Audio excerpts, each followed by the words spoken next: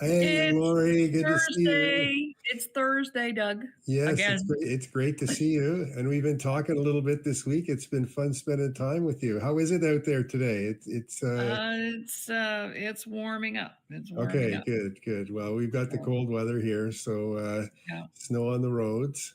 Yeah. And Unlike our beautiful guest that we're gonna introduce shortly, but back to you. yes. Sorry, didn't mean to interrupt.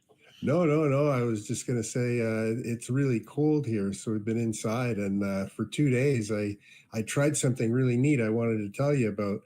I turned off all the news. I didn't watch any news for 48 hours. I just said I can't do it anymore. Right? I think Good. a lot of people feel like that right now. It's like, oh my God, enough's enough, right? And And so for 2 days, I did that, and unbelievable difference in my sort of mood and demeanor. I wasn't always switching to that channel, during the day. I got it out of my head. I just wish I could clean it all away. well, that is amazing. Good for Hmm. you. Yeah, yeah. I'll be doing that on the weekend because we're leaving tomorrow for an overnight. Oh, And I don't watch any news when I'm, it's like a little getaway, get my hair done, visit some friends, have dinner, that type of thing. So we do that once a month. We go to Red Deer, Alberta, and spend the night in a great hotel. And they call me the doc there, and I get all special rates and everything. It's just amazing. well, you went on a long journey. Maybe just share a little bit of that before we bring on our guest today. So you went on a long journey in the snow and the ice and the sleet. Oh, last weekend. Oh my Yeah. gosh. We had to make an emergency trip to help a friend. It's what's normally a 6-hour drive took us 8 or 9. Snow on this end going over and snow on the other end coming back. And it was just like, ah. But anyway, You made good. it. You made it, We made it. and you We're all helped here. them. We're Oh, all here. that's good. That's good.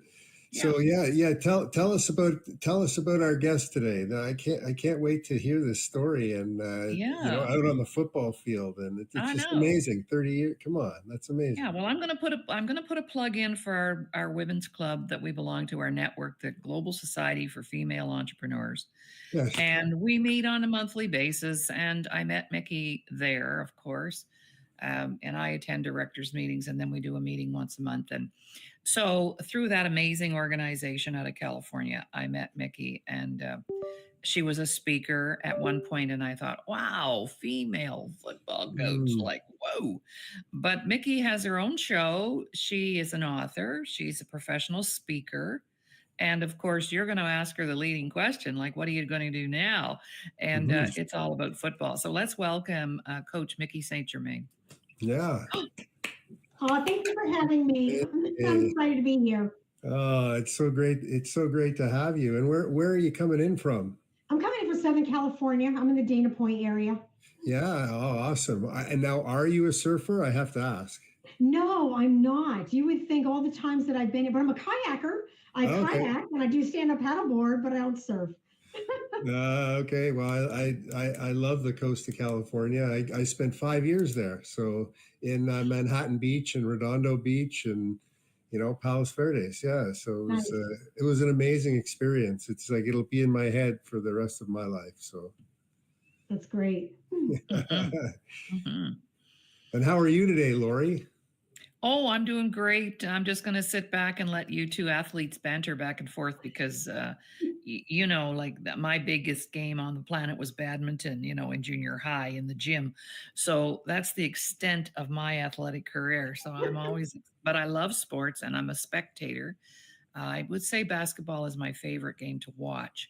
But yeah, it's always fun to meet other people and talk to other people. So this is your gig, Doug, and over to you. This is it's another level though, Mikki. So my daughter just started coaching the school, my grandson who's 7.5. Okay. So she just started the coaching process, and I coach my daughters in basketball, not hockey, but basketball. But this is another level, like stepping into to the field with these guys. And I've been looking at pictures and looking at what you've been writing, and it's amazing. So how did that get started? When did you start knowing that you were a coach? Oh my gosh. I fell in love with the game of football when I was 7. I loved it. I inherited a new dad, and one of the bonding things that we did together was he turned me on to a New York Giants game, and I'll never forget watching this, and I went, "That's what I want to do. I want to do that," and I loved it, and it just captured everything about me. But during that time frame, it was really difficult for women to get into that sport. Of course. Yes, it was. Years later, I've had an opportunity to break some glass ceilings with having some female kickers on my team. But I loved it. I loved the game. And of course, in high school, I tried out and they were like, girls don't play football. Well, little did I know we could have, but just that wasn't really accepted. So as time went on, I ended up having my son. My son came to me at 6 and said, "I want to play football." And I thought he wanted to play flag with his friends. He said, "No, I want to play tackle." I was like, "Yes," because since he was little, I would run with him and I'd teach him how to juke back and forth. With maybe one day he'd want to play, and if he did, that was fine too. I'm not one of those parents that I want their force their kids to do something. But when he went on to play, I loved it. And of course, I volunteered to be the team mom because they weren't, really going to accept me as a coach. And I just watched and I listened and I learned. And I learned everything about offense and defense and special teams and every position. And then as he got older, and different teams that he went on, they needed an offensive coordinator. So I stepped in for that. They needed a line coach. I stepped in for that. Then they needed defense. Wow. And then I got an opportunity and I was so, so grateful. I'll never forget.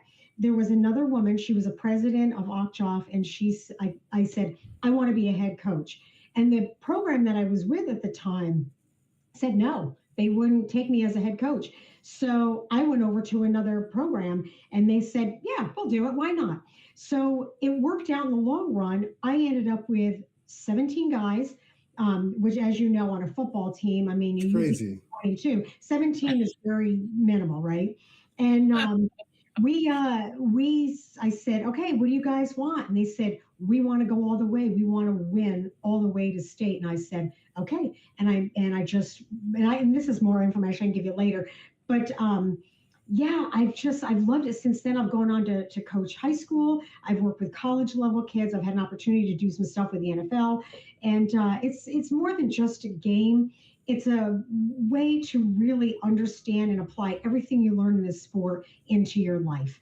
And I love the kids. I love the people I work with. I love the game. It's just an overall way of camaraderie and being together as a family. You're asking, it's more about leadership I'm hearing because, I was never asked the first 5 years of my professional hockey career in Los Angeles. Not once did anybody ever ask me what I wanted to achieve.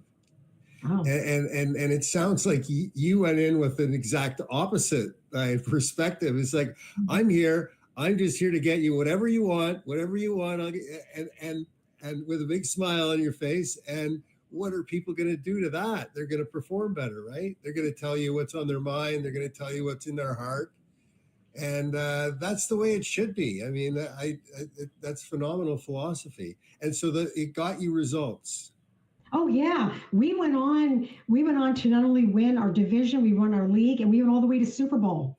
We went all the way. And if you want, can I share a story about our Yes. Yeah, school? Because this is I'd love to. Yeah, I'd love to hear. so we had a lot of obstacles, a lot, especially with 17 guys.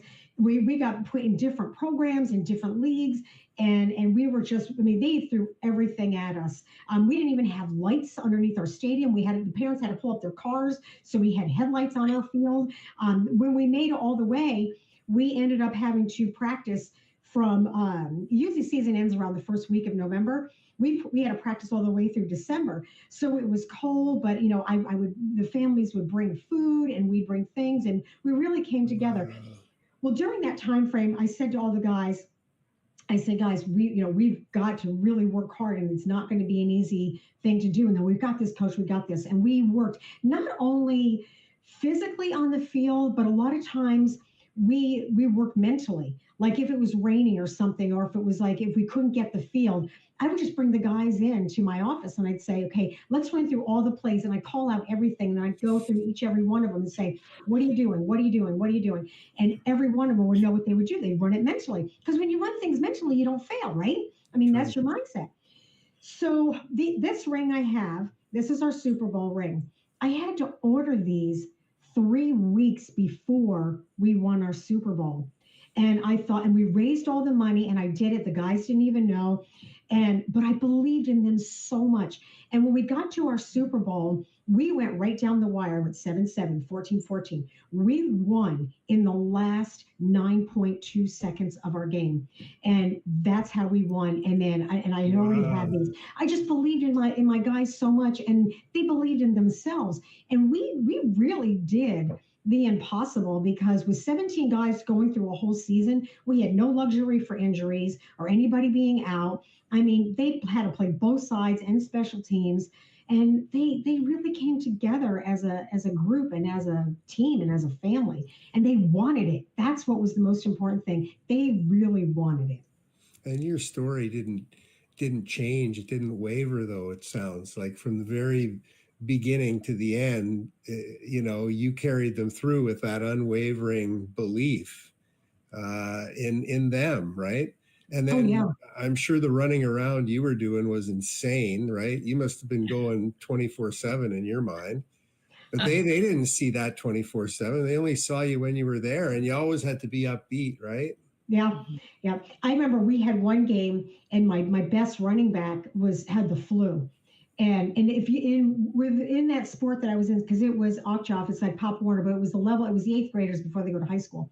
Okay. Uh, if you don't have enough on your team, you have to forfeit your game. And the guys knew we couldn't. If we forfeited, that would take away our win streak, and that would jeopardize what we had. And I never asked my players to do anything. If they were hurt or sick or whatever, I'm like, you know what, just come so I can get the numbers on. I won't even play you, and then you can go home or whatever. But I had one that came. He was really sick. He was the only one that could pull off one of the plays that we could do, and he said, Coach, I got this. I said, Are you sure? He's like, I'm just doing one play. I'm like, All right. I put him in there. He scored a touchdown. He ran on the sideline and threw up in a trash can. Ah, oh, amazing. Oh God. But you know what? But that's the way they were. And the other guys rallied around him, and they were excited. But I think it came to the camaraderie and the love and the goal that they had, not only for themselves but also as a team. And all of this that I've done is carried on even into high school. I mean, that's just one example of my one team. I've had kickers and long snappers that have gotten college scholarships. I've brought on women that were soccer players, and I got them to kick a field goal, which broke a glass ceiling. And every team I've ever worked with, like you said, I've always started out with, what do you want? What do you see? What's your weakness? Because your weaknesses become your greatest strength if you know what they are, and then you can work with them. And Mhm. I think that's an important element, especially for a player and a team, right? And how many teams? I'm curious. How many teams have you been able to work this magic with? Because it is a form of magic, right? I mean, if all the guys out there knew how to do this, boy, there'd be some good coaches. But tell me.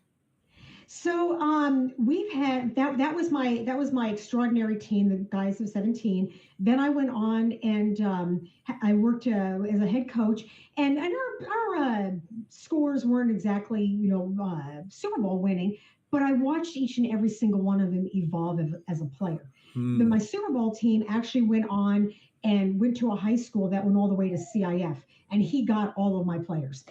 So you can tell the core that they had. I was handing him over something extraordinary. Then when I went on to high school, I was a special teams coordinator, got a soccer player who had never played football, and he went on to be a five-star kicker. My long Wow. snapper, same thing, worked with him. I love the linemen. I love the linemen. And the reason I love the linemen is because they really are the heart of a team. Nothing happens without the linemen. If that center isn't in the right mindset, if your offensive line doesn't do what they need to do, nothing happens in the backfield. I don't care how good your quarterback is. You're not going to get anything done. So that Mhm. mindset and that camaraderie and the timing of your line has got to be very strong.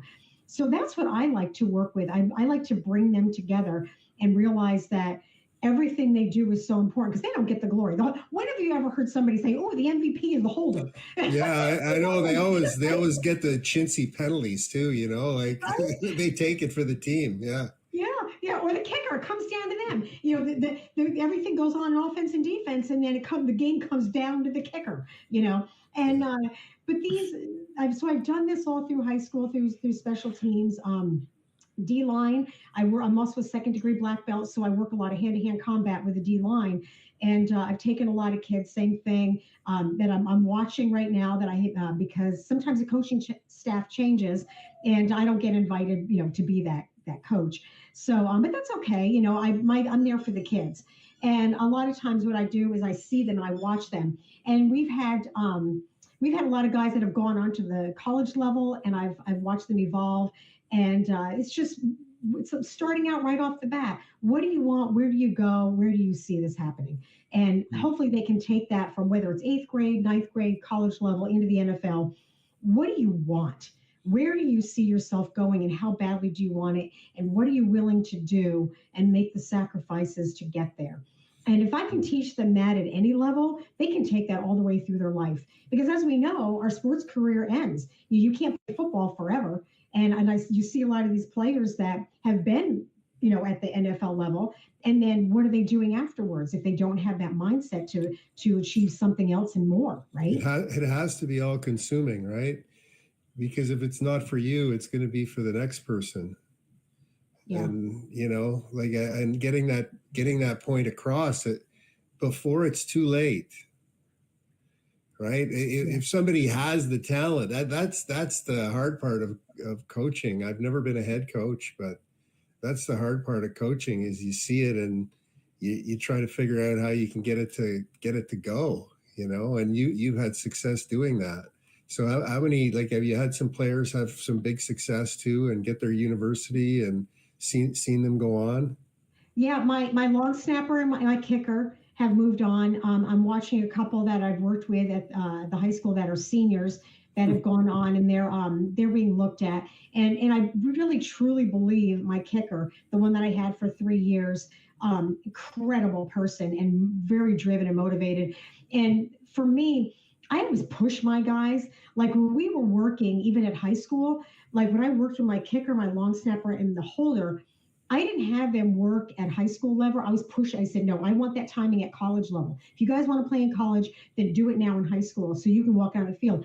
I would have my kicker go and kick through the college because the uprights are a lot thinner than high school. Oh, so okay. you've got to have that mindset. And I would do things like, don't aim for the uprights. And I would make them focus on like a tree or a house or something that was behind the uprights. And I'd make them focus on that. And I go, kick to that. My line, I was like, no, you're not going to go. I know you only have 3 to 5 yards. You go, I want you pushing them all the way back to the end zone. So I would teach them in kind of a martial arts mindset to push themselves further and see beyond what was right in front of them. And then I think that they would take over into their lives to always, achieve more. Don't be in a box. Don't look at things with blinders on. What's the bigger picture? What's something else that no one else is seeing that can push you to the next level? See, that's where guys have a problem. They can't get out of the centric approach, right? It's not just football centric here, right? Right. There's more to this whole thing, right? to think about. So you get them to think, yeah. Every sport, everybody's an individual. I think sometimes coaches forget that. And especially when you're working with kids and you don't know what they're going through and you don't know what kind of life they've had or what's going on in their world.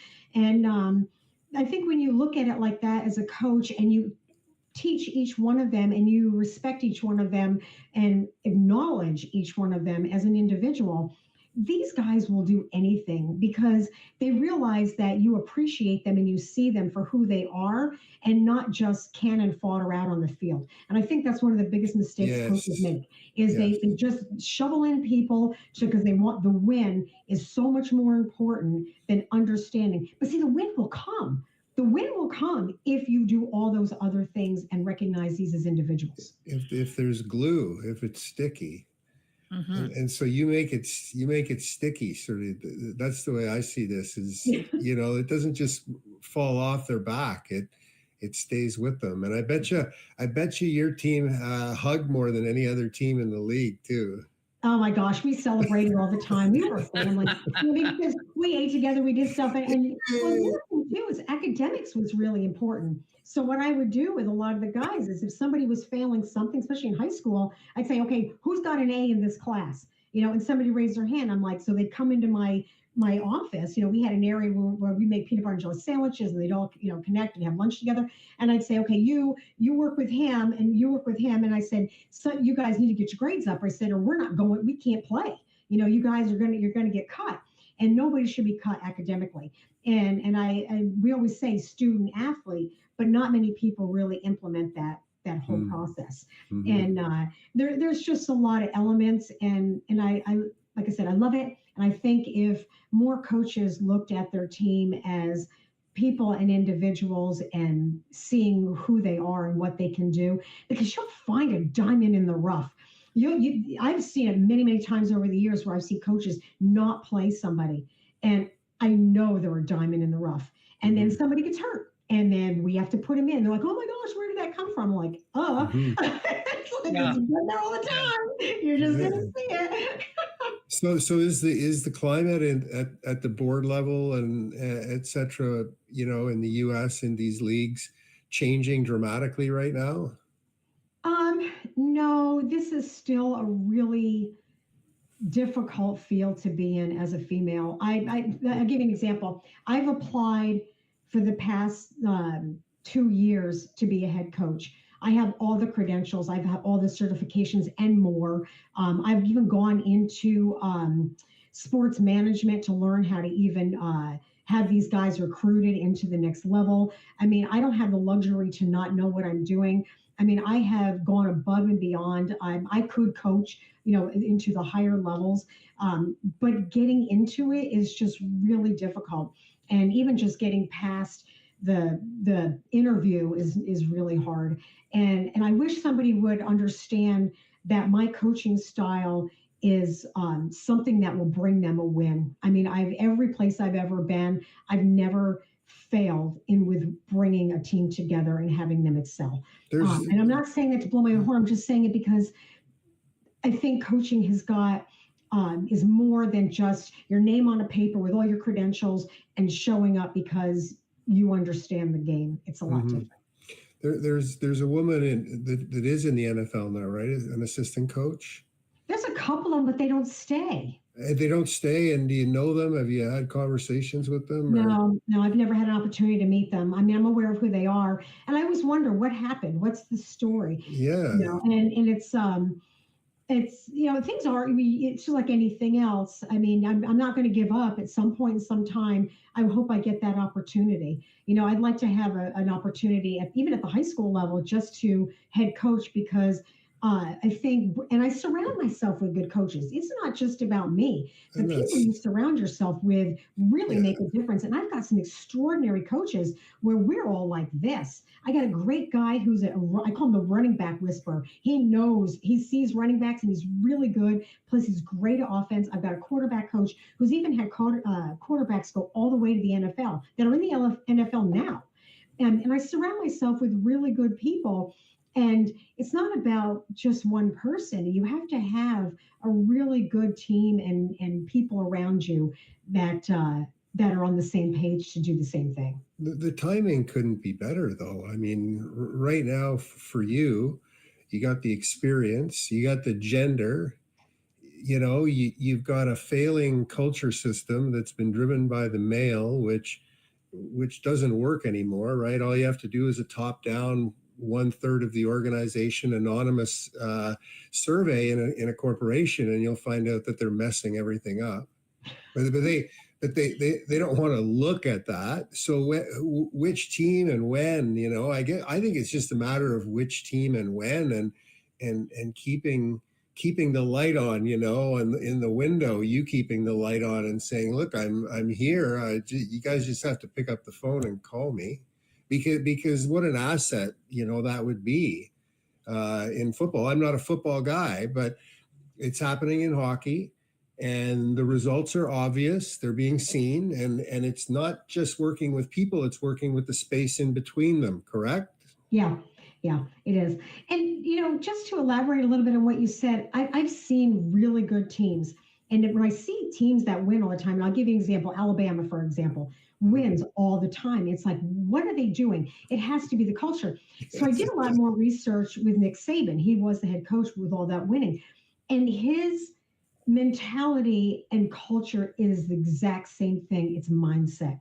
When you look at any NFLs, you start asking around what's going on. It's the mindset. It's coming together. It's the coaches that are like one game at a time, one score at a time. I always tell my guys, don't even look at the scoreboard. I said, do your job, one play at a time. The scoreboard will take care of itself.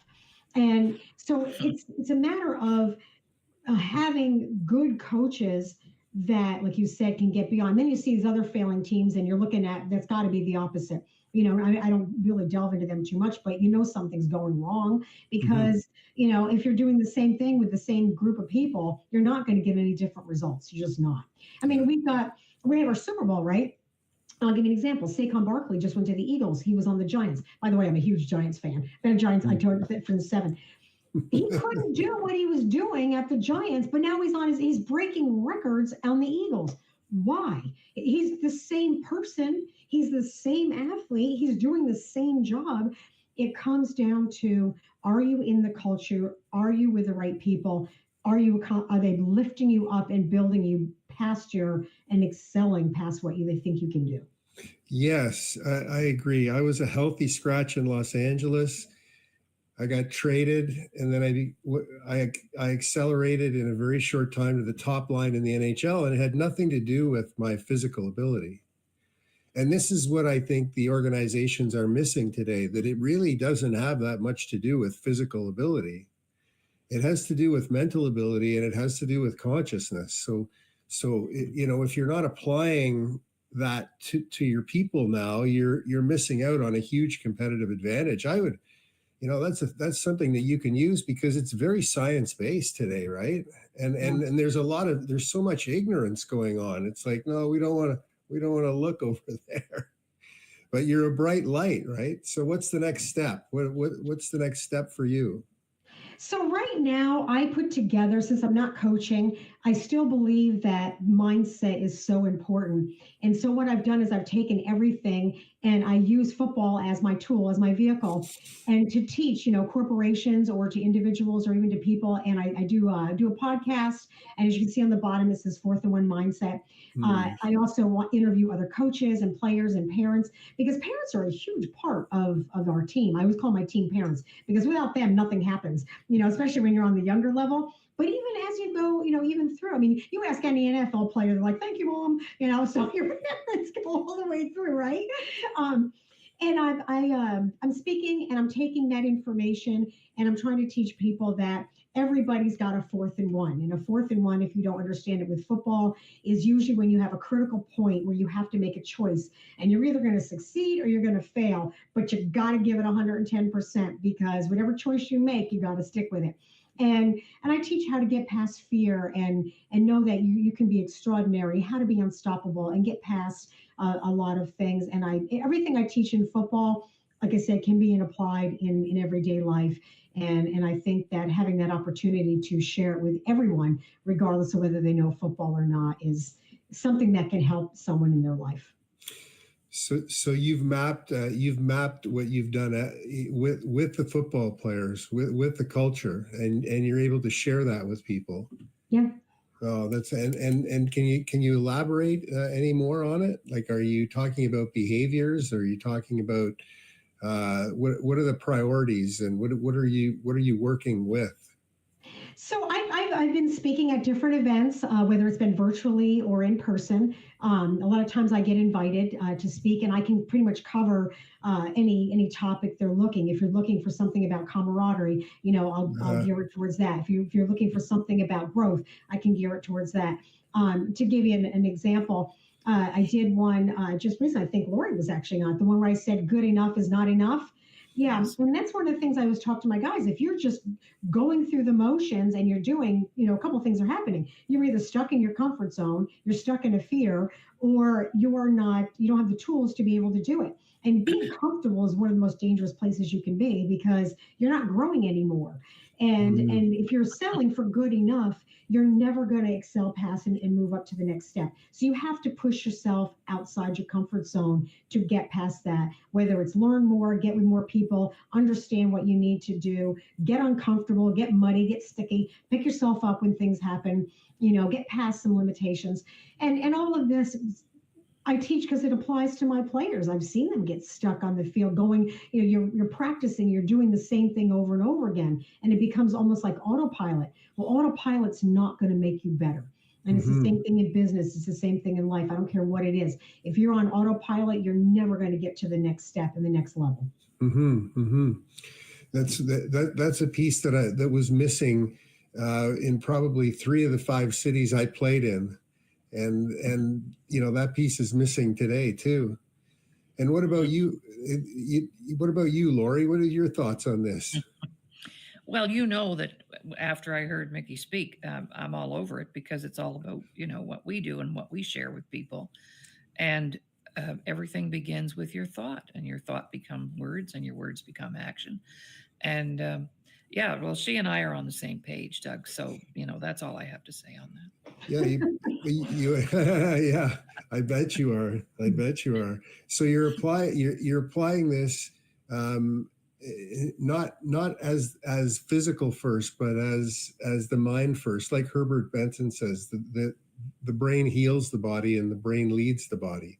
So you subscribe to that pathway. I do. I do. I think every thought you have is going to become a reality, whether it's good or bad. And I think retraining your brain, and this is a lot of things that Lori talks about, retraining your brain to do things that you didn't think you can do is going to take work. It's going to take some effort, and it's going to take a little bit of reprogramming because I think we get caught up in a lot of things that we don't think we can do or are afraid to do, and we let that become an obstacle. And you have to learn how to go around it, go through it, and blow right through it and just not let it be something that stops you, in your tracks. And I've seen that on the field a lot of times, and especially my centers. You watch, if you have a center have a bad snap, and then all of a sudden he starts having bad snaps again and bad, it's like you can see it. And I used to do this on the sideline. I used to wear bandanas because you can't see me. I'm only 5 foot on the sideline. You cannot see me with these guys that are 6 foot, 300 pounds. So I wear bandanas on my wrist. And when I do my calls had different color bandanas. But if I wanted their attention, I cross my arms and I go, hey, hey, and I'd be pulling on them. And they'd look, and I go, look, look. And I look right at my center and I go, take a deep breath, get centered, relax. And I would do this, and I could see him, and I could see him take a deep breath. I could see his shoulder drop, and then he'd be fine. Or if I switch it over to defense, I'd pull him off to the side, and I'm like, "What's going on?" And I'm like, "It's gone, it's done. Don't worry about it." I said, "You know what? We can't bring back that play. I'm not upset about it. You don't need to be upset about it. Nothing happened. So what? Let's just move on. There's nothing we can do. Just now, it's your choice to move forward." And that I think is a lot of things that we need to do. We have things happen and we get frazzled, and then we're like, okay, and we forget to regroup. We forget to step back and go, I need to regroup, And if it's a mess, make it your message. If it's sticky, yeah, you know what? So what? It happens. I mean, it's a do-over, and that's okay. I mean, I always say mistakes are a mistake. They do in Hollywood, right? Let's do it's a do-over. It's a mistake. So what? And it's just don't focus on that. You have to be able to move beyond that, and that's what's going to help you grow. And athletes generally want to take shortcuts for everything. So you must be a wizard at sharing with them how you could take a shortcut from where they are, their current reality to their desired future, right? Because you know what they want. You have a good sense for that. So is that included in what you're doing right now with the general population? Yeah, I'm a stickler for detail, whether it's on the field or speaking. And when Mm-hmm. people come to me and they say something, I try to break it down, just see really where's their mind, where do they what's really the bottom line, what's the underlying thing. Like Mm-hmm. I've seen kids come out on the field and they're not performing or something's happening, it's not because they're not capable, because they're good athletes. It's because something's going on up here and something's happening. And I usually, when I speak with people too, when they have something happen like this or something holding them back, and one of the things that I do is I say, you got to put yourself in a place that you're just focusing on what you need to do. And like, for example, in the football field, and I've even had it happen in my own life. I mean, over the years, I've had some things and challenges that have been transpiring. And I walk out of the field, I'm like, I cannot let this affect me. These guys need me. I got to be in the right mindset. I can't let the other things affect me. So what I did is I pretend like when I walk out on the field, and most fields are fenced in. As soon as I walk through that gate, I pretend like there's a big force field around me. Like it's like a big bubble. Whatever's happening outside me is still going to be there. And whatever I have to do on the field, this is my happy place. This is my safety place. Nothing outside can affect what's happening to me right now, right here on the field. And that's what I tell my guys too, because sometimes their family lives are rough. Sometimes they're struggling with things. And I say, you know what, whatever's happening, it's going to be out there. But while you're here, just give it everything you've got. Just be you. Don't allow anything to take that away from you. Put all that aside and focus on what you really, really want. And usually, a lot of times, that's when it all comes out. And you'll just say, "I'll spew," And whether it's in real life or on the field, and most people will tell you, "Yeah, because I've got this." Okay, let's break it down and let's see what's an obstacle. What's really holding you back? What is the underlying reasons that you're not getting to where you need to be? And let's work on that. And it might be one tiny step each day. It doesn't have to be. I'm not expecting to make you an NFL player the next day. I'm not expecting to make you a CEO. I'm going to make you what you need to do to compete with yourself today so you're better for tomorrow. Yeah, and it's funny, I thought of Georg Northoff's work on duality, the story that we tell ourselves and the story that's actually happening, so that you're just chanting that, saying, get rid of duality, just focus on the moment and stop listening to the story that you're telling yourself that's happening, because it's not real. And so you have this insane, it sounds like you have this insane ability or attraction to finding that peace. It's just listening. Yeah, I know, but that's what guys aren't that good at. That's why they need you. That's why they need you on the sideline. I needed you on the bench when I was there, right? Because I knew what I was trying to say, but they didn't understand what I was saying.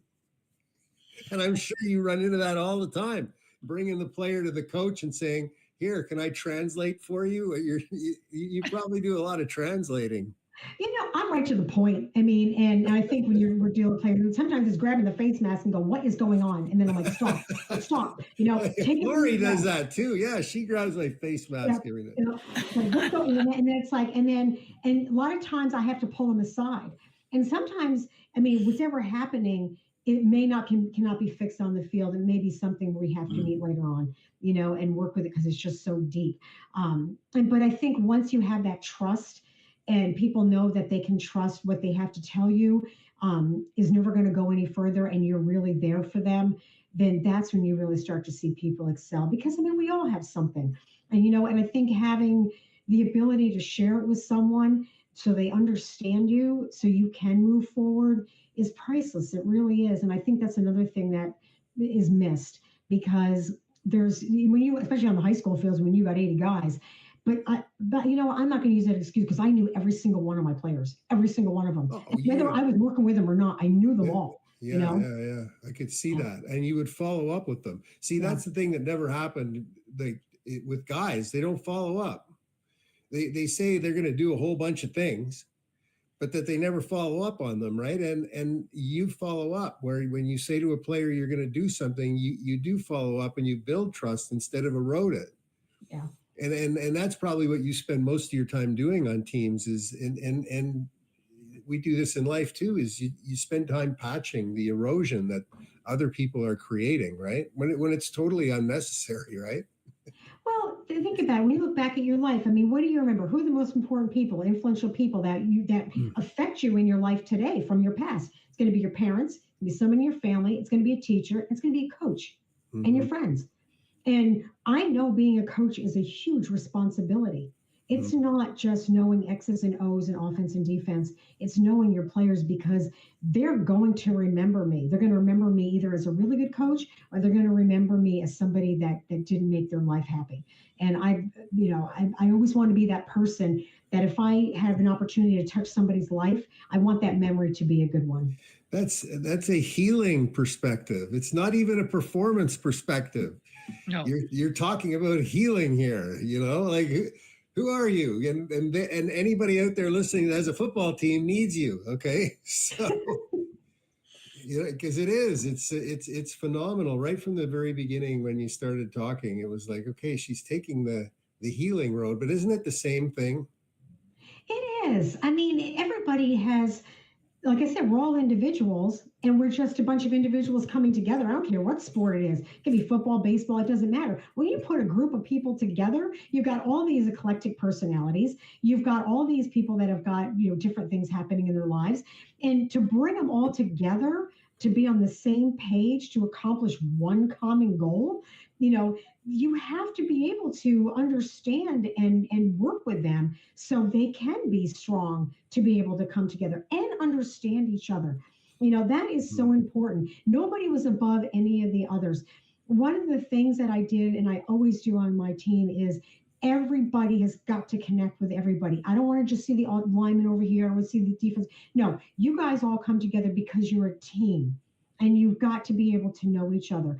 And sometimes what I do is I'd say, okay, everybody write down something that you really like besides football. And then I take it all and then I put them in separate piles. And then I'd say, okay, here's the pile of people that like playing this game. How many of you put that? And then you find out that the receivers were doing something, the same thing that the offensive line were doing. Well, maybe they never talked to each other because they don't talk to each other in school. Maybe they've never had that.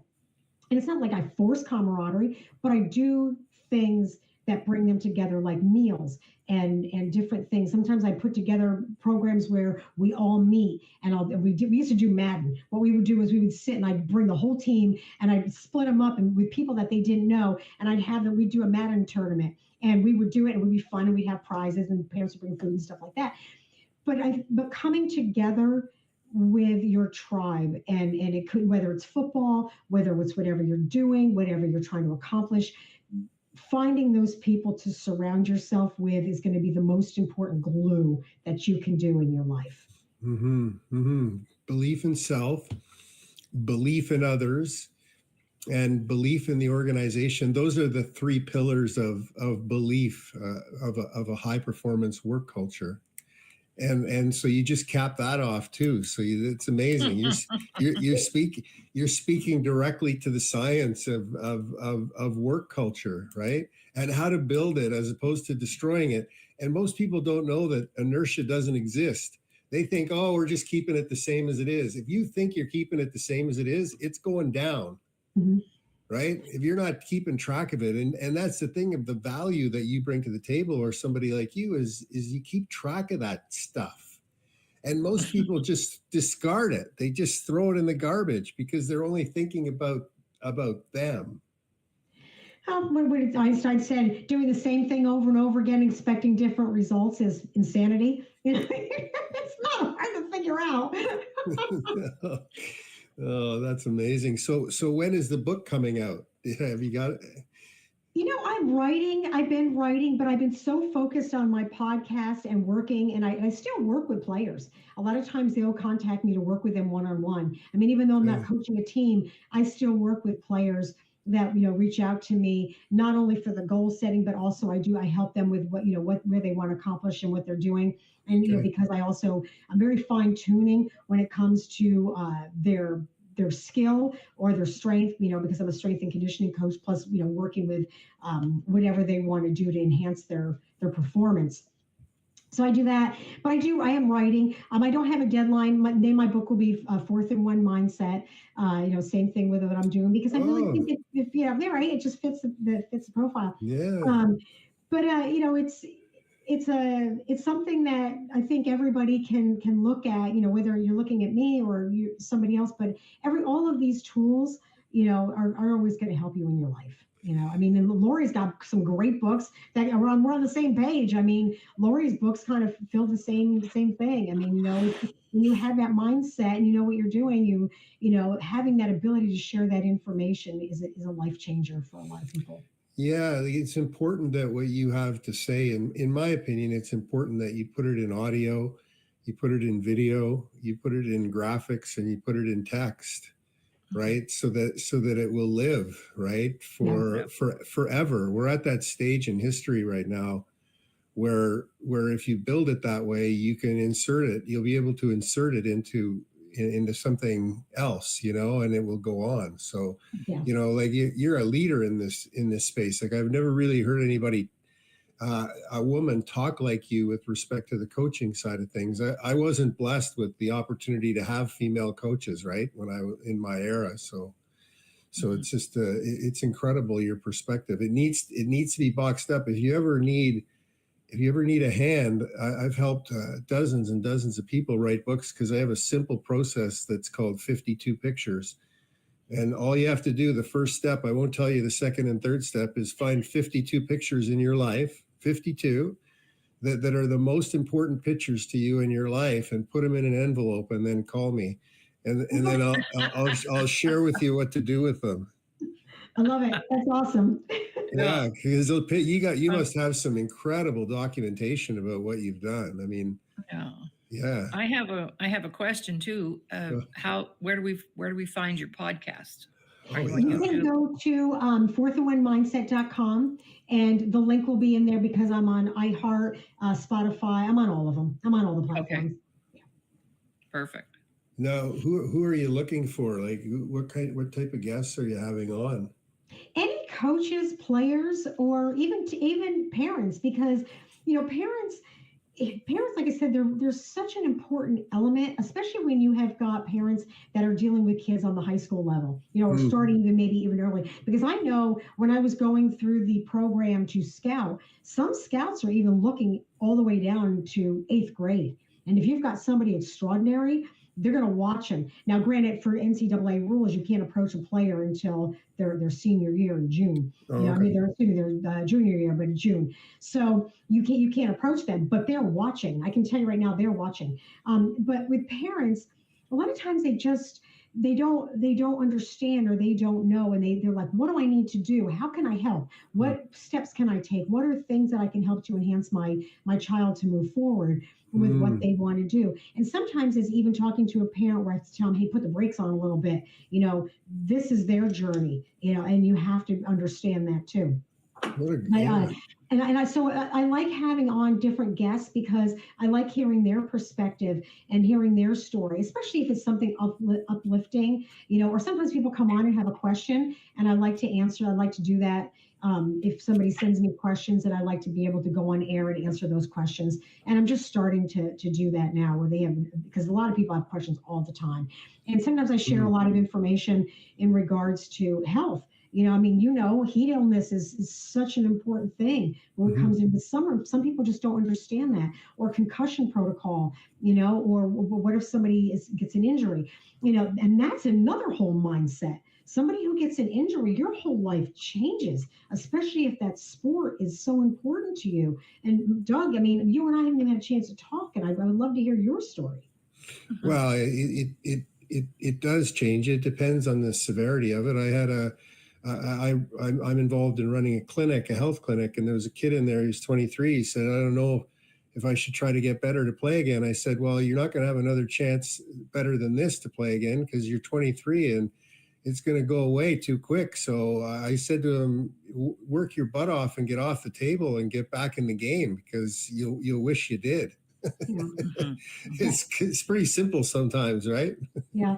And then there's times where, and I think one of the hardest things I've had to do as a coach is I've seen somebody suffer a concussion, maybe not one, but maybe two over the time frame. And I have to go to a parent and I'm like, this is something that you have to really sit down and evaluate. I mean, do you want to make money with your head? Do you want to make money with your body? And when you've got a kid that's in high school and he's already suffered 2 concussions, my thought is, how important is this to you? And let me be honest with you and tell you, do you have the ability to go to the next level? Not because I don't believe in you, but is this really what you want? Because you have to make that choice. That's something where I lay all the cards out on the table, not only for the player, but also the family. And the reason I say this is I've experienced this myself. My son was an extraordinary player, best slot back, best running back. I'm not saying that because I'm his mom. The kid was incredible, very fast. He was running a 4.6. Sometimes, I mean, on the better days, he was running even faster. Had eyes, great eyes, hand-eye coordination, could see things. He was really, really good. He played all the way up to his junior year. Unfortunately, they wanted to play him at the JV. He was playing varsity. They took him into a JV game that he should have never been in, that they wanted to win, and the center got the wrong snap count, snapped the ball. The offensive line didn't block. Two massive defensive tackles came in, hit my son so hard, he got a very bad concussion. I mean, a really bad concussion. And I said, "You're done. You're done." And I said, "You're done." I said, you're going to, and he said, "You know what? You're right." And I said, "I know you could have played in college." And he had college scouts looking at him.